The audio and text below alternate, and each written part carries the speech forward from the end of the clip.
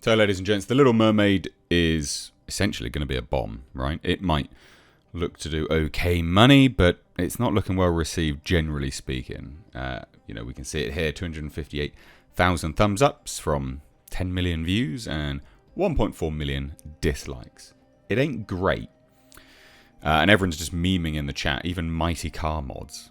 Even Mighty Car Mods have memed them. Absolutely hilarious that this has become a thing for Disney live action trailers and just Disney in general. But this also comes part and parcel with the star Halle Bailey or Disney, FYI, fundamentally not understanding what they had even previously created. So Halle Bailey is the star of this film, said to be a big fan of the original, but they've updated the story's themes. No sexism here, ladies and gents. Nah, it's about female empowerment. But also not, because they just don't understand what the first one was actually about. And the thing is, it's not even about understanding it. It's just about remembering what actually happened in that film. And this is the hilarious stuff. So, Halle Bailey says the remake is updating the story's themes. We've definitely changed the perspective of just her wanting to leave the ocean for a boy. That was never the case. Ever. This is this bizarre revisionist history that we keep getting from these woke morons, because it was never about that. So let's dive into this today. If you're new here, please do hit subscribe, give the video a like, and please do share it. And also, if you want to check out my podcast channel, Misstage Reviews Live Archives, where the Hcast goes, you can find that linked down below in the description box. Head on over there. You'll love it. Anyway, the latest practical example of Hollywood's backwards mentality towards anything made before yesterday. Again, this bizarre revisionist history that we seem to have going on. The Little Mermaid star Halle Bailey has revealed that Disney's upcoming live-action remake will be updating the themes of their animated classic, and in doing so, also laid bare both her and Disney's factual ignorance towards the original story, which is hilarious because you only have to watch it. It's literally her first scene, and you'll go, "Oh yeah, it's not about that then." But because these people believe if they say it enough, it makes it so, and also that people will just go, "Oh yeah, I believe that," and they won't question it. So the singer/actress provided this insight into her upcoming silver screen appearance during a recent interview given to the equity-centric celebrity and luxury culture magazine Edition. Great name. Reflecting on her love for the original film, again, clearly doesn't love it at all, and the fact that she considered Ariel to be her favourite of Disney's animated princesses, again, total nonsense, ladies and gents, literally talks bollocks here. But also the fact, right, if this, this girl here believes that Ariel was her favourite Disney animated princess, why do you need representation then? Because apparently black and brown people can see themselves in anything, which obviously they can, by the way. I'm not saying that they can't. But this is the narrative that you get, because they're like, well, we need to give someone representation. We need to give them something to look forward to, to see themselves. It's like, okay, I mean, I don't need to see white people to be like, oh yeah, they're cool. And neither does this woman either, actually, by her own admission. But anyway, whatever, that's a side note. Bailey informed the outlet that she was really excited for my version of the film because we've definitely changed that perspective of just her wanting to leave the ocean for a boy. Was never the perspective. She's clearly not your favourite, and you clearly don't remember the film. You're an idiot. So she says this, it's way bigger than that, she continued. It's about herself, her purpose, her freedom, her life, and what she wants. As women, we are amazing. We are independent. We are modern. What on earth does that have to do with anything? We are everything and above, Bailey ultimately asserted. And I'm glad that Disney is updating some of those themes. Must sexism, I guess.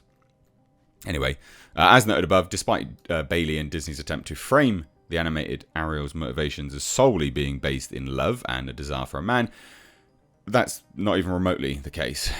Absolutely not. So, FYI, there clearly is an element of that, right? There is an element of that.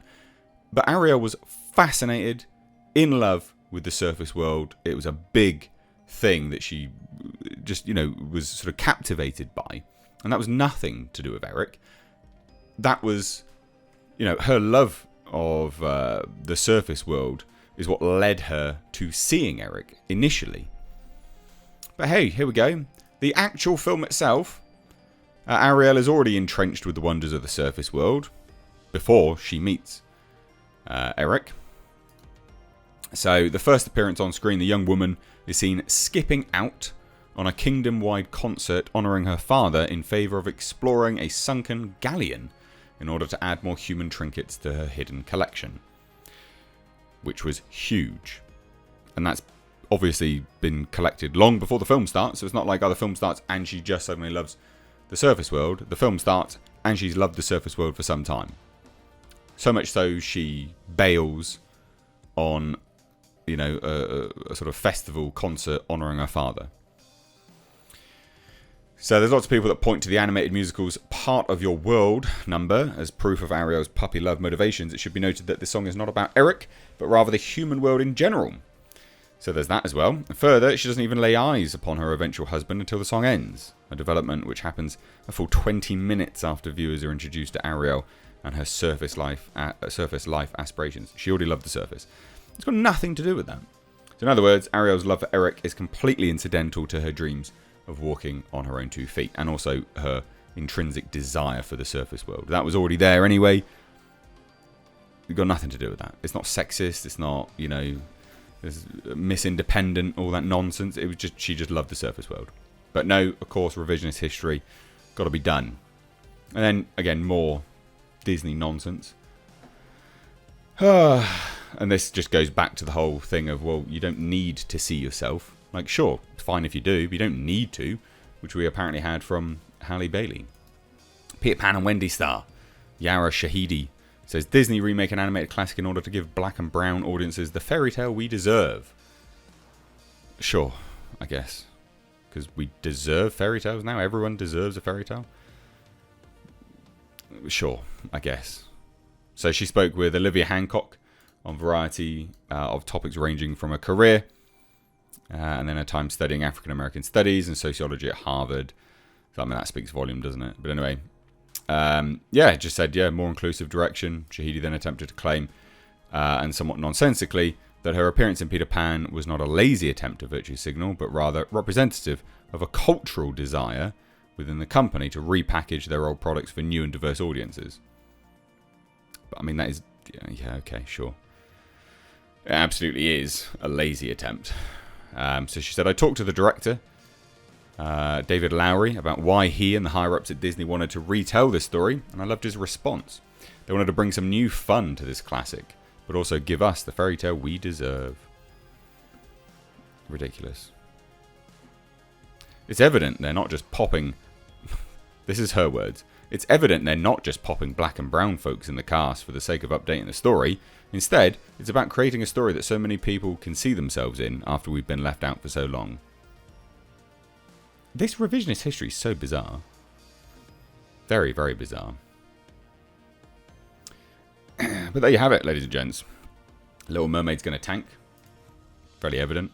Everyone's memeing on it. I can't believe Mike Carmods is even memeing on it. That's hilarious.